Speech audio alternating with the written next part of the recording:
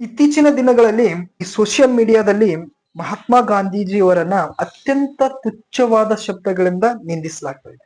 ಈ ವಾಟ್ಸ್ಆಪ್ ನಲ್ಲಿ ಮತ್ತು ಈ ಫೇಸ್ಬುಕ್ ನಲ್ಲಿ ಬಂದಿರತಕ್ಕಂತ ಮೆಸೇಜ್ಗಳು ಅವು ಸತ್ಯನೋ ಅಥವಾ ಸುಳ್ಳು ಅದನ್ನ ವಿಮರ್ಶೆಗೆ ಒಳಪಡಿಸದೆ ಅದೇ ಅಂತಿಮವಾದ ಸತ್ಯ ಅನ್ನೋ ಒಂದು ಒಪ್ಪಿಕೊಳ್ಳುವಂತಹ ಒಂದು ಮನಸ್ಥಿತಿ ನಮ್ಮ ಭಾರತೀಯ ಯುವಕರಲ್ಲಿ ಬಂದ್ಬಿಟ್ಟಿದೆ. ಈ ದೇಶ ವಿಭಜನೆಗೆ ಮಹಾತ್ಮ ಗಾಂಧೀಜಿಯವರೇ ನೇರವಾಗಿ ಕಾರಣ ಅನ್ನೋ ಒಂದು ಮನಸ್ಥಿತಿ ಅವರಲ್ಲಿ ತಾಳ್ಬಿಟ್ಟಿದೆ. ಇವತ್ತು ದೇಶ ವಿಭಜನೆ ಆಗೋದಕ್ಕೆ ಮೂಲ ಕಾರಣ ಯಾರು ಗೊತ್ತಾ? ಮಹಮ್ಮದ್ ಅಲಿ ಜಿನ್ನಾ. ಮಹಮ್ಮದ್ ಅಲಿಯ ಹಠಮಾರಿತನ, ಮಹಮ್ಮದ್ ಅಲಿ ಜಿನ್ನಾನ ರಾಜಕೀಯ ಚಾಣಾಕ್ಷತನೆ ಇವತ್ತು ಈ ದೇಶ ವಿಭಜನೆಗೆ ಮೂಲ ಕಾರಣ ಅಂತ ಹೇಳ್ಬೋದು.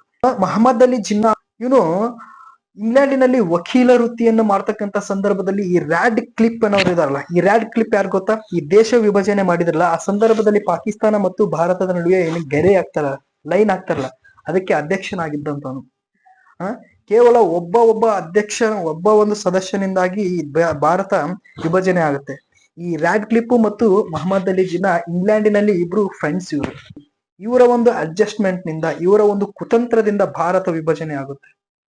ಮಹಮ್ಮದ್ ಅಲಿ ಜಿನ್ನಾನ ರಾಜಕೀಯ ಕುತಂತ್ರ, ಆತನ ಚಾಣಾಕ್ಷತನ ಮತ್ತು ಆತನ ಕುಟಿಲ ನೀತಿಗಳಿಂದಾಗಿ ಭಾರತ ವಿಭಜನೆ ಆಗುತ್ತೆ. ಇಂದಿನ ಯುವಕರಿಗೆ ಪುಸ್ತಕಗಳ ಜ್ಞಾನ ಗೊತ್ತಿಲ್ಲ, ನಿಜವಾದ ಇತಿಹಾಸ ಏನು ಅನ್ನೋದನ್ನ ನೋಡೋಕೆ ಹೋಗಲ್ಲ. ವಾಟ್ಸ್ಆಪ್ ನಲ್ಲಿ ಬಂದಿರತಕ್ಕಂತ ಮೆಸೇಜೇ ಅಂತಿಮವಾದಂತಹ ತೀರ್ಪು, ಅದೇ ಸತ್ಯ ಅನ್ನೋ ಹಾಗಾಗ್ಬಿಟ್ಟಿದೆ.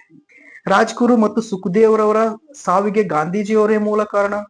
ಬ್ರಿಟಿಷರು ಈ ದೇಶದಲ್ಲಿ ಆಡಳಿತ ಮಾಡ್ಬೇಕಾದ್ರೆ ಅವರು ಒಂದು ಕಾನೂನು ಚೌಕಟ್ಟಂತ ಮಾಡ್ಕೊಂಡಿದ್ರು. ಅವರದೇ ಆದ ಪೊಲೀಸ್ ವ್ಯವಸ್ಥೆ ಇತ್ತು, ಅವರದೇ ಆದ ಒಂದು ಸೈನಿಕ ವ್ಯವಸ್ಥೆ ಇತ್ತು. ಕಾನೂನನ್ನ ಮೀರಿ, ಕಾನೂನನ್ನ ಕೈಗೆ ತೆಗೆದುಕೊಂಡು ಆ ಬ್ರಿಟಿಷ್ ಅಧಿಕಾರಿಯನ್ನ ಕೊಲೆ ಮಾಡೋದಕ್ಕೆ ಆ ರಾಜಗುರು ಮತ್ತು ಸುಖದೇವ್ರವರನ್ನ ಗಲ್ಲಿಗೇರಿಸಲಾಗುತ್ತೆ. ಅದಕ್ಕೆ ಹೆಂಗ ಮೂಲ ಕಾರಣ ಗಾಂಧೀಜಿಯವರು ಆಗ್ತಾರೆ? ಇತ್ತೀಚಿನ ದಿನಗಳಲ್ಲಂತೂ ಮಹಾತ್ಮ ಗಾಂಧೀಜಿಯವರನ್ನ ಎಂ ಕೆ ಗಾಂಧಿ ಅಬ್ಬಾ ಬಾ ಬಾ ಬಾ ಬಾ ಬಾ ಬಾ ಎಂತ ಒಂದು ದುರ್ಗತಿ ಬಂತಪ್ಪ ನಮ್ಮ ಯುವಕರಿಗೆ, ಭಾರತೀಯ ಯುವಕರಿಗೆ. ನಿಜವಾಗ್ಲೂ ಅವರನ್ನ ಮಹಾತ್ಮ ಅಂತ ಕರೆಯಕ್ ಇಷ್ಟಪಡ್ತಾ ಇಲ್ಲ ಅವರು. ಗಾಂಧೀಜಿಯವರು ಅಷ್ಟೊಂದು ಕ್ರೂರ ವ್ಯಕ್ತಿಯಾಗಿದ್ರಪ್ಪ ಅಂದ್ರೆ ಇವತ್ತು ಜಗತ್ತಿನ 80 ದೇಶಗಳಲ್ಲಿ ಅವರ ಮೂರ್ತಿಗಳನ್ನ ಸ್ಥಾಪನೆ ಮಾಡ್ತಾ ಇದ್ರು. ಯಾಕೆ?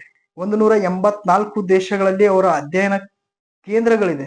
ಅವರ ಜೀವನವನ್ನ ಸ್ಟಡಿ ಮಾಡ್ತಾ ಇದ್ದಾರೆ. ಅವ್ರ ಬಗ್ಗೆ ಕೆಟ್ಟದಾಗಿ ಕಮೆಂಟ್ ಅನ್ನ ಮಾಡೋದು ನಮ್ಮ ಭಾರತೀಯ ಯುವಕರ ಮನಸ್ಥಿತಿ ಇಲ್ಲಿ ಬಂದ್ ನಿಂತಿದೆ. ಇಷ್ಟೊಂದು ಕೀಳು ಮಟ್ಟಕ್ಕೆ ಬಂದ್ ನಿಂತಿದೆ.